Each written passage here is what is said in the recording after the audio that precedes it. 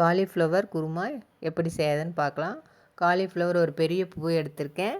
அதை சுடு தண்ணியில் உப்பு மஞ்சத்தூளும் சேர்த்து கொதிக்க வச்சுக்கலாம். இப்போ ஸ்டவ்வில் ஒரு குக்கர் வச்சுருக்கேன். பட்டை, லவங்கம், ஸ்டார் அனீஸ், பிரியாணி இலை, பச்சை மிளகா, சோம்பு, வெங்காயம், இஞ்சி பூண்டு பேஸ்ட்டு எல்லாம் சேர்த்து வதக்கிக்கலாம். தக்காளி கட் பண்ணி சேர்த்து வதக்கிக்கலாம். மஞ்சத்தூள், உப்பு சேர்த்துக்கலாம். இப்போ தேங்காய், முந்திரி, சோம்பு, கசகசா சேர்த்து அரைச்சிக்கலாம். இப்போ தக்காளி வதங்கிருச்சு. ஒரு ஸ்பூன் மிளகாத்தூள், குழம்பு மிளகாய்த்தூள், கரம் மசாலா சேர்த்து நல்லா வதக்கிக்கிட்டு இப்போ காலிஃப்ளவரையும் சேர்த்து வதக்கிக்கிட்டு உப்பு போட்டு தண்ணி ஊற்றி கொதிக்க வச்சுக்கலாம். இப்போ அரைச்ச மசாலாவையும் சேர்த்துக்கலாம்.